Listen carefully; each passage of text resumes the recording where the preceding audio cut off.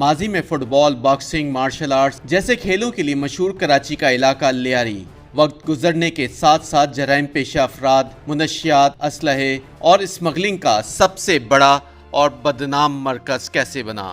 آج ہم آپ کو اس سوال کا جواب دیں گے۔ کراچی کی سیاست میں متحرک اور فعال نظر آنے والا لیاری 2018 کے انتخابات میں تحریک لبیک کو شہر میں سب سے زیادہ ووٹ دینے والا علاقہ بنا۔ لیکن حیرت کی بات ہے کہ اس سے پہلے یہی لیاری ملک کی سب سے روشن خیال سمجھی جانے والی لیڈر اور وزیراعظم بے نظیر بھٹو شہید کا حلقہ انتخاب بھی رہ چکا ہے۔ جس لیاری سے درد دل رکھنے والے عبدالستار ایدھی پیدا ہوئے، اسی لیاری میں دادل، حاجی لالو، رحمان بلوچ، عزیر بلوچ، بابا لاڈلا، ارشد پپو، غفار ذکری جیسے گینگسٹرز کیسے پیدا ہو گئے؟ مقامی لوگ اس کا جواب یوں دیتے ہیں کہ لیاری گینگز نے غربت کے نطفے اور بے روزگاری کی کوکھ سے جنم لیا ہے۔ لیاری گینگ وار کی کہانی ایک نہیں بلکہ کئی نسلوں کے درمیان طاقت کے حصول کے لیے بے رحم کشمکش کی داستان ہے۔ علاقہ گیری کی اس حوث کا قصہ جس میں جگری دوستوں کے ہاتھوں ایک دوسرے کے خاندان قتل ہوئے،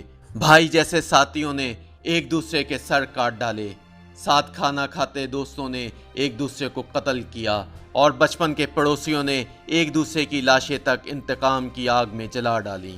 منشیات کے کاروبار سے ہونے والے اندھے منافع کی اس جنگ میں شامل تمام فریقوں کے دشمن تو بے حساب تھے، مگر دوست صرف ایک تھا اور وہ تھا پیسہ۔ اسی پیسے اور طاقت کے حصول کی رسہ کشی جلد ہی مسلح تصادم میں ڈھلی۔ کھیلوں، باکسنگ اور مارشل آرٹس کے مرکز لیاری میں انسانی سروں سے فٹ بال کھیلی گئی۔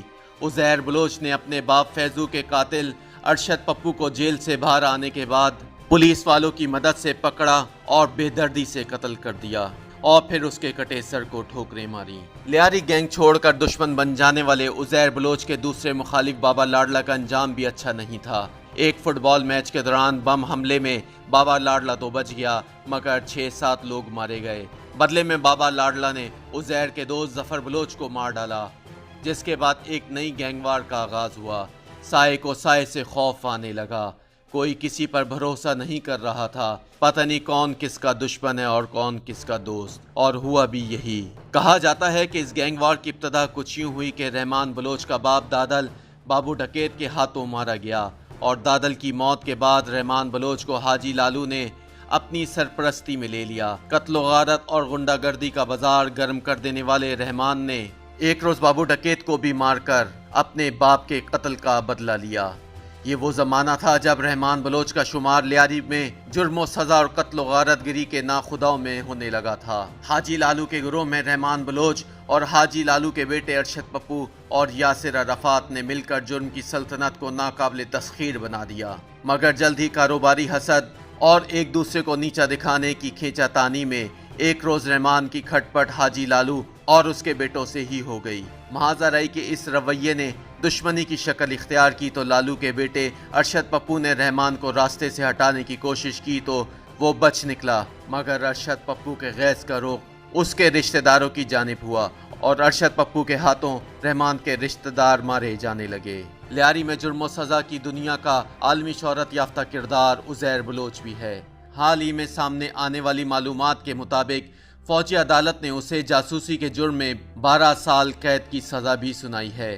کہا جاتا ہے کہ عزیر اپنی زندگی کے آغاز پر جرم و سزا کی اس دنیا سے بالکل الگ تھلگ رہا۔ وہ لیاری جنرل اسپتال میں وارڈ بوائے کی ملازمت کرتا تھا اور عزیر کا باپ تو اسے کراچی پورٹ ٹرسٹ میں فٹ بالر کی حیثیت سے ملازمت دلوانا چاہتا تھا۔ تاہم حالات اس وقت بدلے جب مشترکہ دشمن ارشد پپو کے ہاتھوں عزیر کے باپ کے قتل کے بعد رحمان نے عزیر کو بالکل ویسے ہی اپنی سرپرستی میں لے لیا جیسے کبھی حاجی لالو نے خود رحمان کی سرپرستی کی تھی۔ کہا جاتا ہے کہ 18 اکتوبر 2007 کو جب کراچی کے علاقے کارساز کے قریب بے نظیر بھٹو کے قافلے پر بم حملہ ہوا اور 140 سے زیادہ لوگ مارے گئے تو یہ رحمان بلوچ ہی تھا جو اس وقت بے نظیر بھٹو کو بحفاظت کلفٹن میں واقع ان کی رہائش گاہ بلاول ہاؤس پہنچا سکتا تھا، اور پہنچایا بھی اسی نے۔ مگر پھر وہ وقت بھی آیا جب رحمان بلوچ اور پیپلز پارٹی کے تعلقات میں دراڑیں پڑ گئیں۔ مقامی سطح پر لیاری پر رحمان کی گرفت اس قدر مضبوط ہوئی کہ اس نے بالآخر لیاری کی سیاسی وارث سمجھی جانے والی جماعت اور ملک کی حکمران رہنے والی پاکستان پیپلز پارٹی کو بھی دھکیلنا شروع کر دیا۔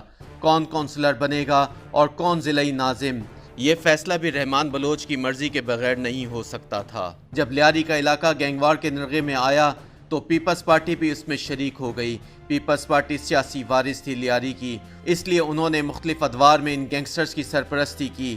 عزیر بلوچ کے جلسوں میں زرداری کی بہن فریال تارپور باقاعدہ شریک ہوتی رہی۔ نتیجے میں خود پیپلز پارٹی کا بھی بہت بڑا نقصان ہوا۔ یہی وجہ ہے کہ آج پیپلز پارٹی ان گینگ سے لا تعلقی کی قسمیں کھاتی ہے۔ پیپلز پارٹی کے رہنما نبیل گبول کے بقول گینگ وار لارڈز کو جو سپورٹ ملی وہ سندھ حکومت اور صوبائی محکمہ داخلہ کی جانب سے ملتی تھی۔ پھر ایک وقت یہ آیا کہ پیپلز پارٹی نے ٹکٹ دیے، بلدیاتی الیکشن میں اپنے امیدوار کھڑے کیے، مگر پیپلز پارٹی ہار گئی تھی اور رحمان بلوچ کے حمایت یافتہ وہ تمام امیدوار جیت گئے جن کی وابستگی تو کسی زمانے میں پیپلز پارٹی سے رہی تھی، مگر وہ الیکشن رحمان بلوچ کے مدد اور حمایت سے جیتے، جس کے بعد پیپلز پارٹی اور رحمان میں فاصلے بڑھ گئے۔ یہی فاصلے جواز بنے کہ ریاستی اداروں کو رحمان اور گینگ وار کے دیگر کرداروں کے خلاف کارروائی کا موقع ملے۔ پولیس اور نیم فوجی ادارے، رینجرز کے حکام، قانون نافذ کرنے والے دیگر اداروں کی مدد سے سرگرم ہوئے۔ رحمان بلوچ پولیس مقابلے میں چودھری اسلم کے ہاتھوں مارا گیا۔ رحمان بلوچ کی ہلاکت کے بعد اس کے گینگ نے عزیر بلوچ کو سردار بنانے کا فیصلہ کیا۔ عزیر بلوچ نے گروہ کی سربراہی سنبھالی تو مارا ماری کا کام بابا لاڈلے کی سربراہی میں دیگر نمائندہ سرداروں کے سپرد ہوا اور رحمان بلوچ کے گروہ کے تمام سرداروں نے ایک طرح سے عزیر بلوچ کی بیعت کر لی۔ جب بابا لاڈلا کو محسوس ہوا کہ عزیر اپنی گرفت مضبوط کر رہا ہے تو اس نے اپنے ہی سردار یعنی عزیر بلوچ اور اس کے مقرر کردہ سرداروں کی مخالفت کا راستہ چنا۔ جب 2008 میں پیپلز پارٹی کی حکومت آئی تو آصف زرداری کے چہیتے ذوالفقار مرزا نے انہیں مزید مضبوط کیا۔ بھتہ نہ دینے پر باقاعدہ دکانداروں کا قتل عام ہوا اور جب ملزم پکڑے گئے تو وزیر داخلہ نے انہیں چھڑوا دیا۔ عزیر بلوچ نے شہر بھر میں پیپلز پارٹی کی جانب سے انتخابی امیدوار مقرر کرنے کے لیے مداخلت کی اور بندوق سیاست پر غالب دکھائی دی۔ کراچی سے کم از کم 20 امیدوار عزیر کی مرضی سے نامزد ہوئے اور پیپلز پارٹی بے بسی کی تصویر بنی رہی۔ مقامی اعلیٰ پولیس افسران کے مطابق گینگوار کی اس کہانی میں اس وقت تک بلا شبہ 1000 سے زیادہ لوگ مارے جا چکے تھے اور تب سسٹم اپنی عملداری کی برتری کی مہر لگانے کا فیصلہ کر چکا تھا۔ یہ اطلاعات بھی گردش میں تھیں کہ کسی جگہ رینجرز افسران اور صوبائی وزیر داخلہ کے قتل کی منصوبہ بندی ہوئی ہے۔ اس نے جلتی پر تیل کا کام کیا اور صوبائی سیٹ اپ میں بھی اگر تب بھی کوئی حمایت تھی تو وہ بھی باقی نہ بچی۔ یہ وہی وقت تھا جب آصف زرداری کے قریبی ساتھی ذوالفقار مرزا نے ان سے اپنی راہیں جدا کیں اور ریاست میں اعلیٰ سطح پر گینگ وار کی کہانی کو روکنے کا فیصلہ عملی طور پر نافذ ہونا شروع ہوا۔ صورتحال کی نزاکت کا احساس ہوتے ہی عزیر جیسے سمجھدار اور شاطر ذہن نے علاقے سے نکل جانے میں عافیت جانی اور ایک روز لیاری سے نکل گیا۔ عزیر اور تاجو نے تو اپنے علاقائی کمانڈر تک کو نہیں بتایا اور خاموشی سے لیاری سے نکل گئے۔ اب رینجرز فعال ہوئے اور لیاری میں آئے دن گینگ وار لارڈز کی گرفتاریوں کے لیے چھاپوں کا سلسلہ شروع ہوا۔ بابا لاڈلا اور غفار زکری جیسے لوگ ایسے ہی چھاپوں میں گرفتاری سے بچنے کے لیے مقابلے کے دوران مارے جانے لگے اور آہستہ آہستہ لیاری پر قابض گینگ وار کی گرفت ڈھیلی پڑنے لگی۔ کئی وار لارڈز اور ان کے گینگ کے ارکان اس دوران مارے گئے، مگر عزیر پہلے بلوچستان کے راستے ایران اور بالآخر دبئی جا پہنچا۔ پاکستانی حکام نے اس کا ریڈ وارنٹ جاری کروایا۔ وفاقی وزیر داخلہ چودھری نثار اور ISI کے سربراہ جنرل رضوان اختر نے ذاتی دلچسپی لی تو پھر اسے پاکستان واپس لایا گیا۔ کہا جاتا ہے کہ عزیر ایرانی اور بھارتی خفیہ اداروں کے اہلکاروں سے بھی ملتا رہا۔ واضح رہے کہ لیاری سی پورٹ سے جڑا ہوا ہے، نیوی کی حساس تنصیبات قریب ہیں، یہاں ایک حملہ بھی ہوا تھا۔ یہی وجہ ہے کہ عزیر بلوچ کے خلاف جاسوسی کا مقدمہ فوجی عدالت میں چلا اور اس کو سزا سنائی گئی۔ اب عزیر بلوچ کو سول انتظامیہ کے حوالے کیا جا چکا ہے اور اسے لیاری کے قریب واقع مٹھارام اسپتال منتقل کر کے اس عمارت کو سب جیل قرار دیا جا چکا ہے۔ YouTube پر گوگلی نیوز دیکھنے کے لیے youtube.com کی سرچ بار میں گوگلی نیوز TV ٹائپ کریں۔ گوگلی نیوز کے پیج پر سرخ رنگ کے سبسکرپشن والے بٹن پر کلک کرنا نہ بھولیے۔ YouTube پیج پر اپلوڈ ہونے والی ویڈیوز سے باخبر رہنے کے لیے بیل آئیکن پر کلک کیجیے۔ آپ کو ہر نئی ویڈیو کے بارے میں نوٹیفیکیشن موصول ہو جائے گا۔